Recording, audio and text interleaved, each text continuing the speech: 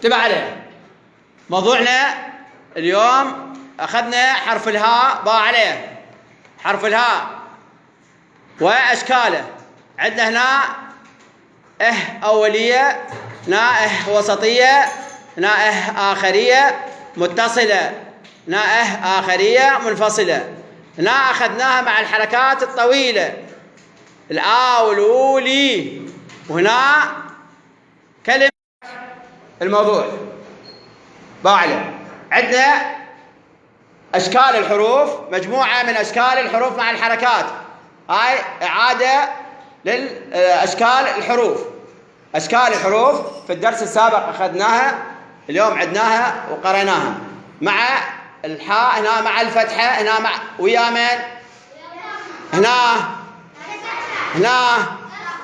ويا السكون. عندنا مجموعة من الحركات باء عليه.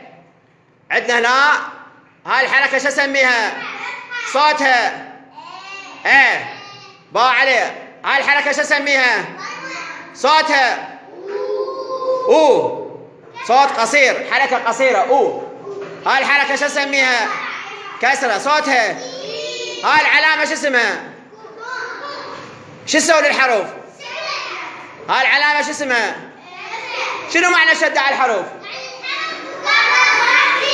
الأول شنو حركته؟ والثاني؟ أحسنتم. عندنا الحركات الطويلة. هاي الحركة شو اسميها؟ هاي عندنا التنوينات، تنوين الفتح، تنوين الضم، تنوين الكسر باء عليه. هنا عندي هاي هنا الداء، أخلي لها تنوين الفتح شو تصير؟ دن. أحسنتم. خلي لها تنوين الضم. أحسنتم. خلي لها تنوين الكسر. دن دن. ما جاي اسمع. أحسنتم. باء عليه. انتبه هنا. عندي التنوين، شوف هنا عند التنوين، عندي هنا